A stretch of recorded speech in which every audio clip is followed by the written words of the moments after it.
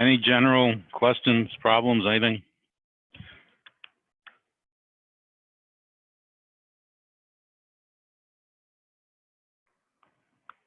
A couple reminders, although I did send like 1,000 emails yesterday. So, of course, sometimes 1,000 emails is worse than 0, since things get lost. So, in terms of reminders of things due, the Sprint 1 synthesis / recitation technically due tonight, although the Dropbox is open into tomorrow. It always causes some confusion, but really every assignment has 2 dates on it. There's the time it's actually due, but to avoid problems with, people trying to submit at 12:01 instead of 11:59, I leave the Dropboxes open usually 24 hours longer, just so people who are slightly late still can submit, since I don't really charge late points anyway. So that's, again, more sig figs and more math with sig figs. And a bunch of people have already submitted that, so kudos to you for being ahead of the curve. There is the first OWL homework, the first real homework, which is technically due Tuesday. With all homework, I do recommend looking at it earlier, like I would be looking at the second OWL homework this weekend also, because it does give you things to look for in class, and it gives you some idea of what you might already know and what you might need to know. And of course, due tomorrow at midnight is the week 3 modality choice. So expect more spam emails over the weekend. I'm reminding you of these things, but any questions on any of that? The other thing worth mentioning in one of my many emails, the Cengage rep said that Chrome did an update which caught them off guard. And so there are some things they're still trying to patch. So if there's something that doesn't seem to be working using Chrome, Firefox is working better at this point. So just an FYI, if you're having issues. Usually Chrome is the preferred browser, but at the moment, not. So, any other issues?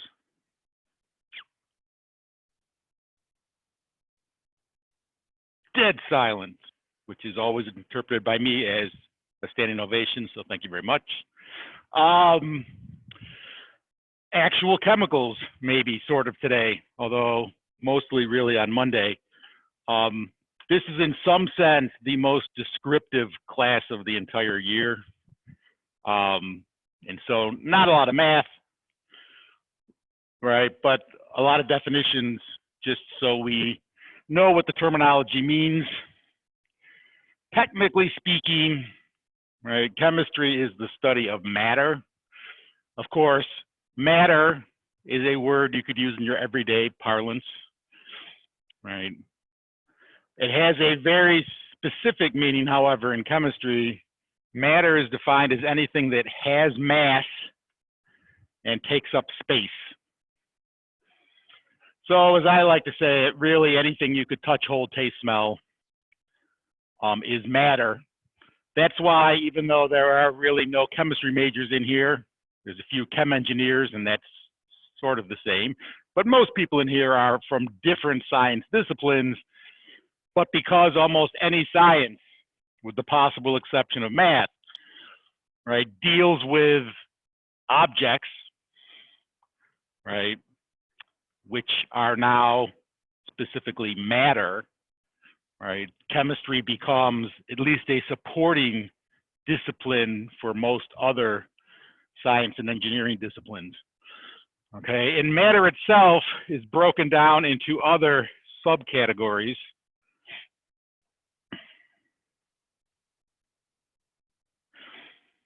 All right. And some of that is based on the divisibility of matter, meaning I can break it down into smaller and smaller pieces.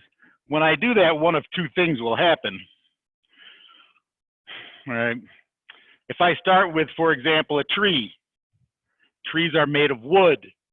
If you'd like a more chemical term, trees are made of cellulose. All right. I can chop down the tree and cut it into boards. I can take the boards and grind them into sawdust. Right. And what I have is a smaller and smaller version of the tree. Well, without the leaves, right? And so I still have wood, and it's still cellulose. And as I get smaller and smaller and smaller, right, I have a divisible substance that remains wood until it gets very, very small. Right. At some point, if I try to subdivide it further, it will lose its woodiness. Okay, and that is really the distinction between molecules and atoms. Okay, a molecule is the smallest piece of matter that maintains the identity of that matter. Right, and so as I like to say with sugar, right, you can take a bowl of sugar and split it into smaller and smaller grains, and you can grind up the grains and make smaller and smaller grains. A molecule of sugar is the smallest piece of sugar that still would be sweet. Right. You can divide things further, right? But if my division results in a loss of properties, right, I have now broken my molecule into atoms. And from a chemical standpoint, atoms are viewed as the building blocks of matter. For you, who have a physics bent, and there are physics majors in the room, right? Obviously, you know that you can divide atoms into smaller things, right? Like quarks and protons and neutrons and electrons, even before you get to quarks. And so it's not that atoms are indivisible, but they're not viewed as being chemically divisible. Right? If you want to shatter an atom to get subatomic particles, it is a really high energy physics process and no longer considered to be a chemical process. And so as a result, technically speaking, atoms are the smallest piece of matter that are chemical. Right? And all molecules are made up of atoms. Right. And so for the molecules, right, a lot of it is defined in terms of, at the moment, physical properties. At some point, we'll start to talk about chemical properties, but today I'm mostly talking about physical properties, right? And so even beyond having molecules and atoms, I can also take different molecules and mix them together. So, if I have sugar, it's sweet, and it's a white granular substance. I could also mix it with water, right? And of course, water is wet. There's a really carefully defined physical property, right? Water is wet, it's a liquid, right? It's not sweet, it flows, right? And so my mixture of sugar and water has some properties in common with the sugar and some properties in common with the water. And in some cases, properties that might not actually fit with either one, right? So sugar is a solid, it's a dry solid. Sugar water is a liquid. Sugar is sweet, sugar water also sweet. If you heat up sugar, it melts. If you heat up sugar water, it boils, right? And so they have different physical properties by virtue of being a mixture, even though some of the molecules are the same. And so mixtures become a separate classification for matter, right? Wood is 100% cellulose. There's only one molecule type in your wood. Sugar is 100% sugar molecules. There's only one type of molecule in your sugar. But frankly, many, if not most things you encounter in your everyday life are mixtures. There's some water there, and there's some sugar there, and there's some delicious flavor crystals, and we call it Kool-Aid, right? And the mixture has properties that can be similar to the underlying substituents, but in some cases can be completely different. And at various times this semester and even into spring, we talk about those physical properties, even though they're non-chemical, because let's face it, if I'm going to do something chemical, it means manipulating my molecules. I got to put them in a beaker. It's going to matter whether they're solid, liquid, or gas as to how I'm going to contain them into that beaker, how I'm going to measure them, right? And so we never quite completely get away from these physical properties. And so matter can be divided into essentially 4 big groups. I hate 2 of these groups. I'm a mixturist, apparently, right? On the right-hand side, I've got my mixtures. I don't so much hate the mixtures. I hate the fact that they're classified as 2 different types, and I'll tell you why in a minute. Okay, but if I take matter, which again is something that has mass and takes up space, I can classify it into one of these 4 groups, right? And it's really based on 2 pair of questions, really, right? First and foremost, can you physically separate it? Right, meaning I can physically remove one component from another. So for example, if I go back to my sugar water, I can boil away the water and be left with the sugar. It is separable into 2 different components. And so it's a mixture. All right, if I just have water, right, there's no way to separate it and get anything but just a smaller subset of water. Right? If it's not separable, it's termed a pure substance. And then as we've already discussed, it is either a molecule or an atom. The difference being now chemical separation instead of physical separation. Because it becomes chemical when I start talking about making or breaking bonds. And so if I don't do anything chemical, and I strictly physically separate them, right, I've got molecules. If I then try to physically or chemically separate them and am successful, there are atoms underlying them. If I cannot chemically separate it further, it was an atom all along, right? On the mixture side of things, again, there's 2 different types of molecules or more, which makes it a mixture. The distinction that I hate, right, is this idea of it being heterogeneous or homogeneous. And that is a question of uniformity in the mixture. This is sometimes obvious, right? It is sometimes far less obvious. And I tend to think of the distinction really being less significant on a global sense and more a question of the scale at which I look. And I'll show you what I mean in a minute. Ultimately, this is easy to see if you've got your, molecular bionic vision, right? Because in terms of the molecules, which again, we tend to never see, right? The big challenge in chemistry is everything's invisible, right? It is clearer in the molecular picture what's what. So if I look over here on the left at my helium,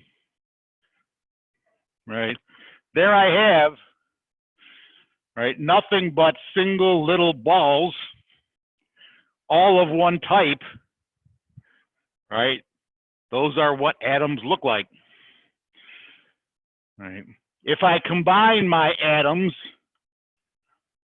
right, I can make molecules. So my water picture shows me a whole bunch of H2O molecules, but notice everything in that picture is an identical H2O molecule, which is why coming down my left-hand side here, it's a pure substance because everything's identical, but it's a molecule because it has more than one atom joined together to form it. All right. And then in my mixture side, looking at either one of those two pictures, I now have different types of molecules. So in both of those cases, there's water, right? So you can see the H2Os, the two little white balls with the red ball in both pictures is water, but there's also something else present. In the case of the sand, I've got my silicon dioxide molecules that are laying on the bottom there because if you've ever been on the beach, the sand is on the bottom. Whereas my tea with sugar has my sugar molecules, which is mostly what you're seeing in that picture, floating around amidst the water molecules. That is the kind of picture where they want to make the distinction that it is heterogeneous or homogeneous in the sense that there are layers of different ratios of the molecules, right? If I'm in the wet sand, at the bottom, I see mostly sand with maybe a few stray water molecules. If I'm up at the top, I see almost exclusively water molecules with no sand, right? Whereas in the T picture, supposedly, right, I see a uniform ratio of sugar and water and tea, right? No matter where I am in the glass of tea. The reason I hate this distinction is it's somewhat a question of scale, right? Because if I get small enough, right, I can make my window just see sugar and not see water. Or I can make my window show me two water molecules and a sugar molecule. And so on a very microscopic scale, even the tea with sugar starts to look heterogeneous, right? And so to my mind, right, the most difficult distinction to make is between the heterogeneous and the homogeneous mixture, right? Sugar water has sugar and water, it's in the name. It should be, unless it's really, really concentrated and becomes syrup, right? It should be homogeneous, right? The top of the Kool-Aid is just as sweet as the bottom of the Kool-Aid, assuming you stirred properly, right? Any point in the solution should be equally sweet because there's no separation, right? Mayonnaise, or if you prefer, Miracle Whip. Colleague and I had a big discussion over which was better. I said I wasn't really a fan of either. He's a huge fan of both, and he called me, well, names. So mayonnaise, again, it's a mixture. It's got oil in it, and then it's got egg in it. All right. An egg itself is a mixture. There's the yolky parts and the white parts. All right. But mayonnaise is creamy white throughout. It looks exactly the same throughout. It should be just as greasy at the top as it is at the bottom. And so it's a homogeneous mixture, right? Those we wouldn't argue so much about until you got to the molecular scale, right? Something like relish, pickles and water and sugar, oh my, right? Because you could easily see the difference between the pickles and the corn and whatever else is in the relish, right? It is a heterogeneous mixture because on a macroscopic scale, it's a mixture. And so, right, I can always classify into one of these four groups. The challenge on the left-hand side is the distinction between being an atom and a molecule is really only obvious in either the molecular picture, which I rarely see. I mean, if we were in lab now and I handed you two substances, it would be really hard to tell whether it was an atom or a molecule because, excuse me, yeah, an atom or a molecule because you can't see the microscopic picture, right? The only way then to tell would be to try to do something chemical to it and see if you could split it. Right. One of the things you can almost always do with a lot of substances is burn them. So this is what, when chemistry becomes fun, let's go to lab and just burn everything, right? If we burn the wrong thing, we'll be blowing it up. It'll be fun. There'll be fire, there'll be explosions. You'll all want to be chemistry majors by the end of the day, right? But it's really hard to tell just by looking at it, all right? On the right-hand side, to some extent, it becomes a question of scale, right? And so it can be tricky when you've got something that's sort of mixed, right? And it's maybe not as distinctly chunky as my relish, right? And so, right, this is like the problems on the homework that I hate, and I want to argue with all of them. And you will want to argue with all of them and argue with me. And so I expect my email to be flooded at some point, right? Glass of Coke, pure substance, element, should be an element. No, pure substance, element, homogeneous mixture, heterogeneous mixture. We could play this game, but no one talks to me. First question is, does it have ice or not? Right? Because my Coke with ice, heterogeneous. I got ice in there, which is distinctly separate phase from the Coke. Even without the ice, what about the bubbles? All right. So flat, iceless Coke, probably a homogeneous mixture. Whereas if it has any fizz whatsoever, probably heterogeneous. Which is why I say it becomes something of a challenge depending on scale, right? Chocolate pudding. Well, it depends on whether my chocolate pudding looks like that or my chocolate pudding looks like that. Right? And so, I'm justifying my hatred for heterogeneous versus homogeneous. Hamburger, I don't know. How finely ground is it, and how obvious is the fat relative to the meat, right? Probably could argue it's heterogeneous. On the other hand, right, there should be equal parts fat to meat throughout the sample if it's finely ground. And so I think that distinction can be hard to make. Right. The only time it's obvious, right, is if you have something like apple juice, where unless you really went to a microscopic scale, there's no distinctly different pieces to it. Right. Yes, no, maybe, sir.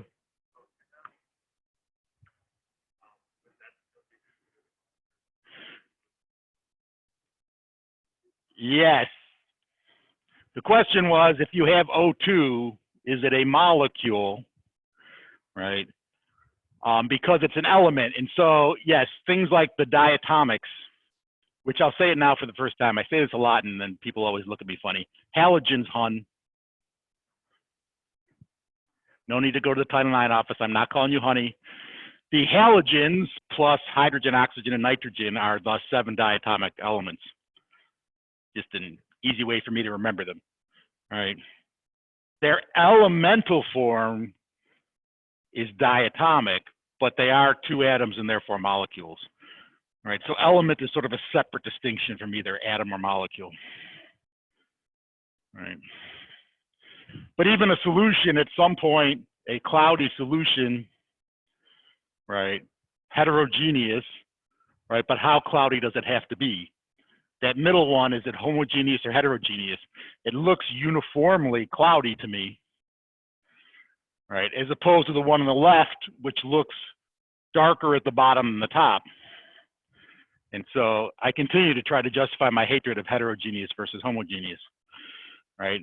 In the end, my physical properties will depend on whether I'm a pure substance or a mixture, right? And my chemical properties will depend on whether I'm an atom or a molecule. And so we bounce back and forth between this chemical and physical picture a lot. Right. When we want to do chemistry, which ultimately is the goal here, right? It's really the chemical properties I'm mostly concerned about, but my need to measure and manipulate the molecules to do the chemistry requires that I understand the physical properties as well. So we will do a little bit of both.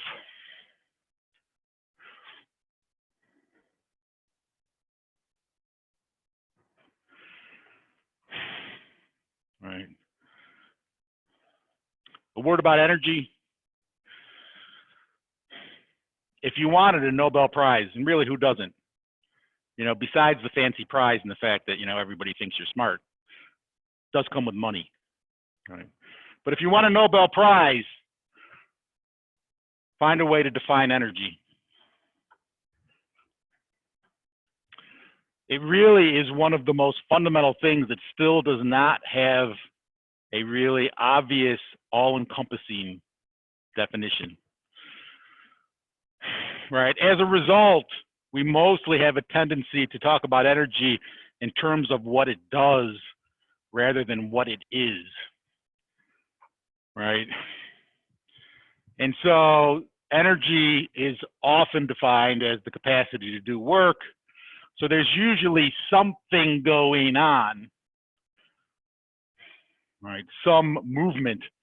If I push a chair across the floor, it is really hard to actually define all the energy components that go into that because my body is doing chemistry and there's chemical energy involved and there's physical energy involved and there's friction energy involved.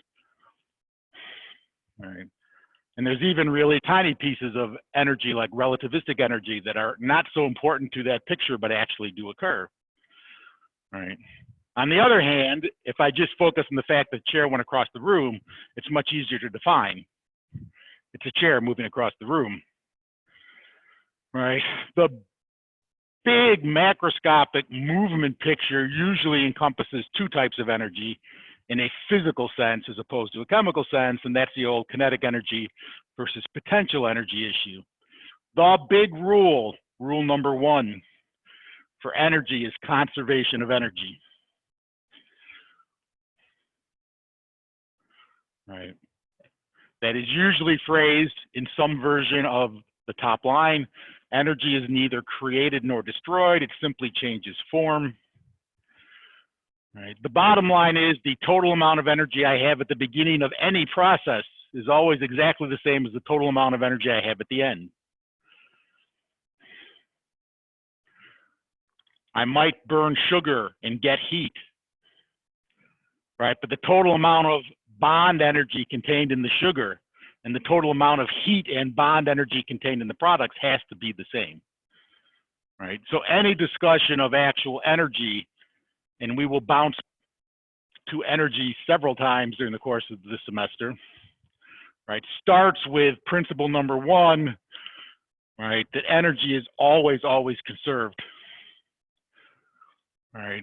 And so, you know, the classic sort of physics picture is, you know, throw something off a building, right? If the idea of burning things and blowing them up doesn't want to make you be a chemistry major, the idea of throwing watermelons off the top of this building should make you want to be a physics major, right? In that case, this is my trade-off between potential energy and kinetic energy, and this specifically gravitational potential energy. My motorcycle at the top of the building, don't ask me how I got it up there, right? It's not moving, it's not doing anything, it's just sitting there. But by virtue of its altitude in the gravitational field, it has potential energy. If it goes over the edge, the potential energy decreases in exactly the same magnitude as the kinetic energy increases. All right. And then when it hits the ground, there is deformation energy that results in heat. And so the energy throughout the entire process is always the same. It's just changing form as I do it. We don't throw a lot of things off of buildings, right? And so for us, it's usually less about gravitational potential energy, but it's more about chemical potential energy. My molecules have energy stored in their bonds. If I make or break bonds, that energy can be released or absorbed. And so I have a trade-off in that case now between chemical potential energy, the kinetic energy of the molecules, because molecules move, and there may well be a heat component to it as well, which is reflected in the kinetic energy of the molecules, right? It is very hard to directly measure many energy types, right? And so a lot of times we rely on an indirect measurement, temperature, as a means of probing the kinetic energy of the molecules, right? Generally speaking, temperature is a relative measure of energy, right? Hotter means more, colder means less, right? We'll talk about this more when we talk about gases, but temperature is defined as the median kinetic energy of a system of molecules. Because, of course, not every molecule in a system has identical energies. There's a distribution. Some molecules are relatively hotter than other molecules which are relatively colder. This is why water evaporates, right? There is some water molecules in your glass that have enough energy to be a gas.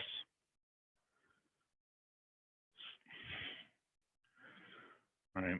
The median kinetic energy is what we refer to as temperature. And temperature scales are really all determined somewhat arbitrarily. Right? If you want your own temperature scale, and who doesn't?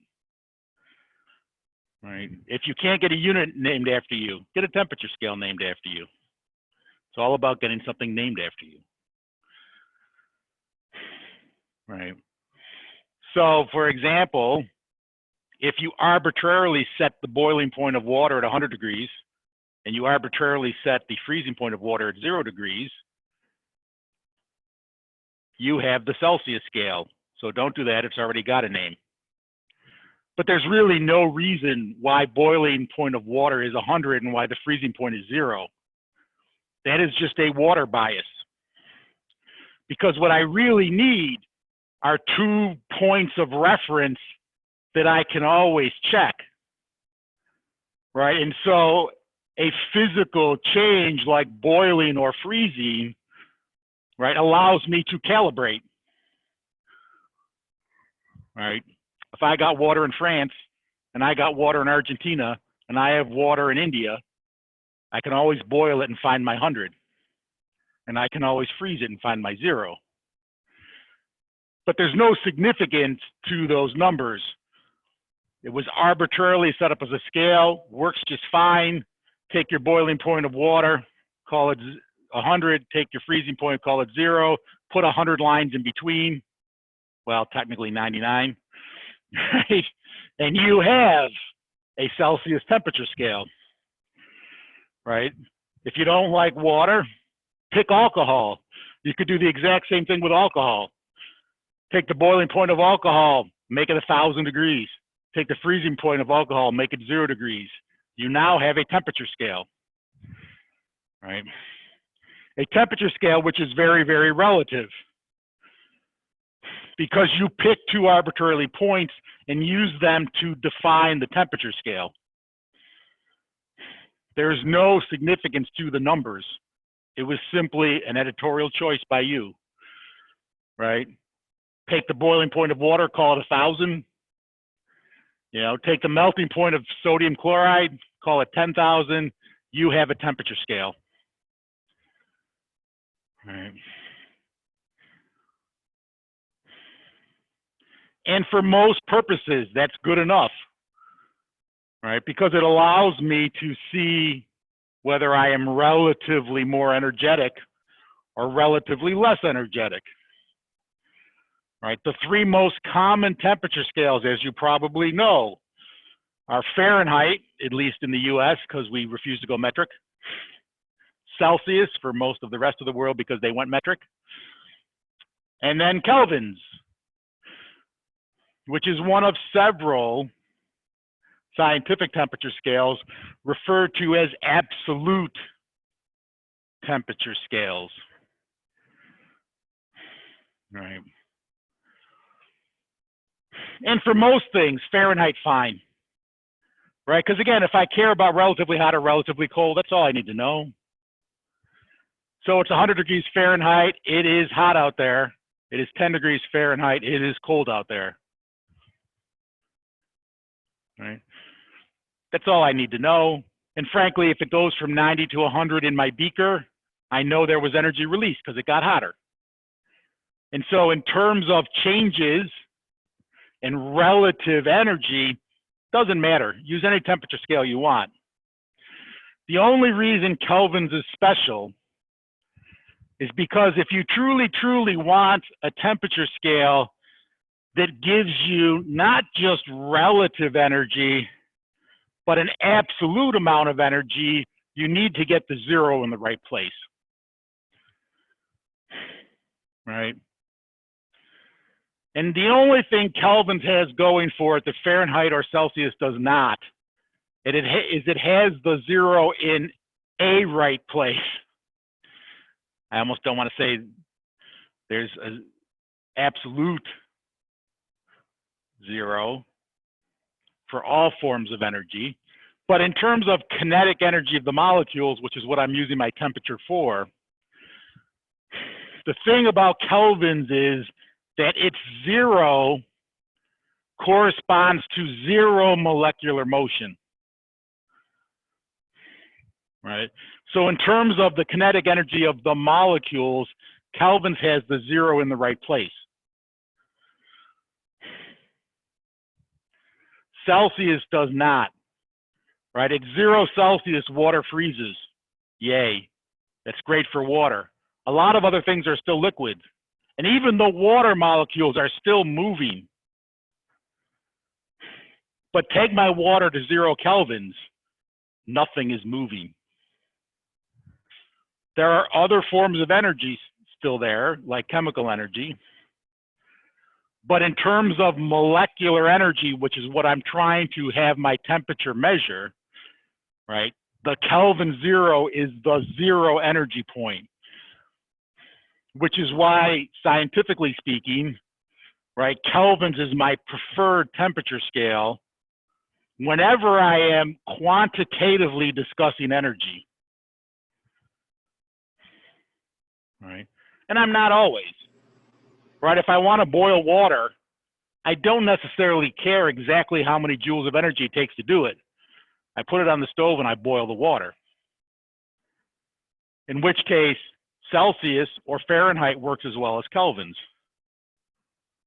If on the other hand, I want to know exactly how much energy is in my boiling water, I need to be in Kelvins. I should specify how much molecular energy is in my boiling water. Right, and so if I'm trying to be quantitative about the energy, I want to be in Kelvins. Otherwise, it doesn't really matter. This is one of those things that makes, you know, science geeks chuckle in the winter. It'll happen this winter, you know, if you're still in Rochester. We could pivot at any time. Right? Some weathermen, because Rochester has these days where we have like 3, sometimes 4 seasons in a day. You know, we literally had a day, was it 3 years ago? It was 68 in the morning and it was 25 at night. So, you know, it started as a nice spring day and, you know, went through fall and ended up in winter. Right? And some smart aleck weathermen will say, the temperature is half what it was this morning. And I want to say, who cares? Right? Because 20 to 10 is half. On the other hand, 20 degrees Celsius is like 70 degrees and 10 degrees is like 50 degrees Fahrenheit. But in kelvins, 20 degrees Celsius is 293 and 10 is 283. There's hardly any difference in kelvins, which really represents the absolute amount of energy, right? So if you're in kelvins, my relative temperature is also the relative energy.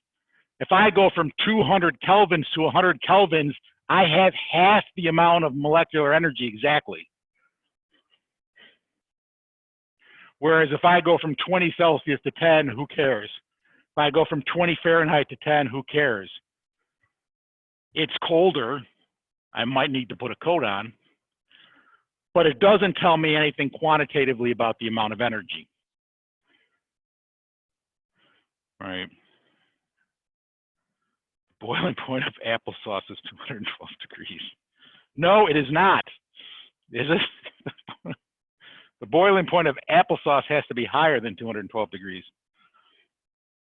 Stick around for chapter 11. Right. Anyway, so I'm sorry, I was reading the chat. Right. So if I want to convert between temperature scales, I always have to do two things because of the way temperature scales are generated. Right. There is a difference in most cases in the size of the degree because, again, I arbitrarily set my water freezing point and boiling point is 0 and 100. Right. Whereas in Fahrenheit, for example, the freezing point of water is 32 and the boiling point is 212. Which brings us back to the chat and the applesauce. Right, and so because the size of the degree is different, right, if I go up 10 degrees Celsius, that is a different number of degrees Fahrenheit. And the other thing that tends to be different in different temperature scales is where the 0 is. Right, and so if I want to adjust from one scale to the other, I need to recalibrate the size of a degree and move the 0, right? And so in the case of kelvins to Celsius, turns out that 1 Kelvin degree is the same size as 1 Celsius degree. So I don't need to recalibrate the size, but I do need to move the 0. Right, 0 kelvins corresponds to negative 273.15 Celsius. Or if you'd like to say it the other way around, 0 Celsius is 273.15 kelvins. So you may have seen before this little conversion from kelvins to Celsius. All it's really doing is adjusting the 0. Right, if you take your degree C, right, and add 273, you're really just moving the 0 Celsius down to 0 kelvins. Right. If you go from Fahrenheit to Celsius, or frankly Fahrenheit to kelvins, you have to do both things, because 1 degree Fahrenheit is not the same as 1 degree Celsius. If you go up 1 degree Fahrenheit, you only go up 5/9 of a degree Celsius, 0.555. Right. And the zeros are different. 0 degrees Celsius is 32 degrees Fahrenheit. And so I need to recalibrate the size of the degree and shift to 0. So as you've probably seen before, one of these two or both of these conversion equations, all you're really doing, right, is recalibrating the size of a degree, which is what the 5/9 is doing, or if I'm going the other way, the 9/5. And then I need to move the 0 32 degrees, one way or the other, depending on whether I'm going from Fahrenheit to Celsius. And so the minus 32, right, is moving the Fahrenheit 32 degrees down to 0 degrees Celsius and recalibrating the size of the degree with the 5/9.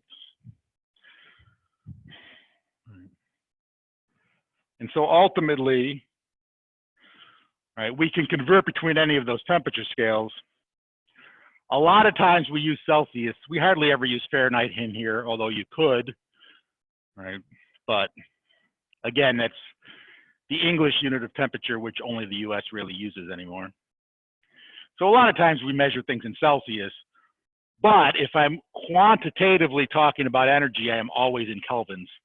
And I will point that out the times it happens. But if I'm just talking about boiling points or melting points or whatever, it really doesn't matter what I use because they are all interconvertible. Questions on any of that?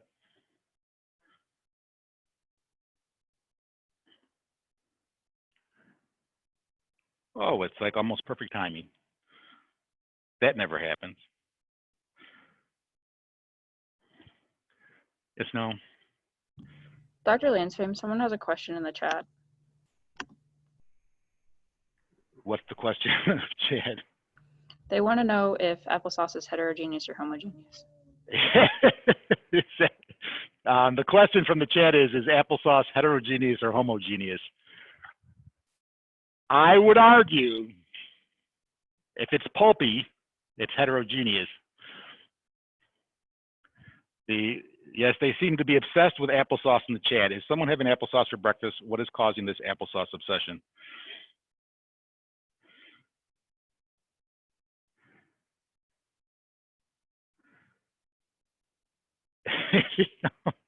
I am going to have to read the chat later. There's a whole lot of applesauce discussion going on in the chat.